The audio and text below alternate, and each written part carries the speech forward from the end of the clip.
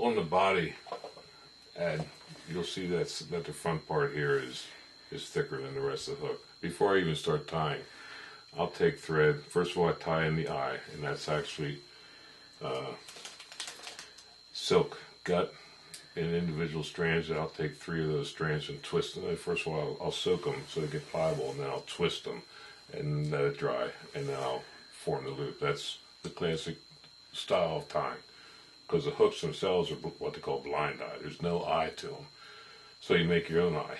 And then what you want to do is you want to form the body, you want to taper the body, so when you make your wraps with the tinsels, you have a lot more area to work with. So I'll run thread back and forth, and then I'll wrap silk to thicken it up, and then I'll finally take 4 wraps over top of silk to firm everything down.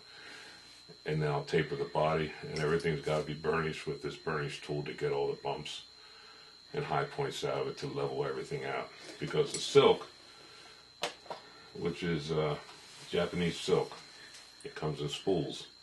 As you wrap that down the body, that will show any imperfection, any bump or any crevice on there. It's very it's unforgiving. So, and then to wrap the silk, you basically, once I got everything tied in to wrap the silk, you got to use rubber gloves to wrap it, because the oils on your fingertips will transfer over to the silk, and any roughness on your hands will fray the silk.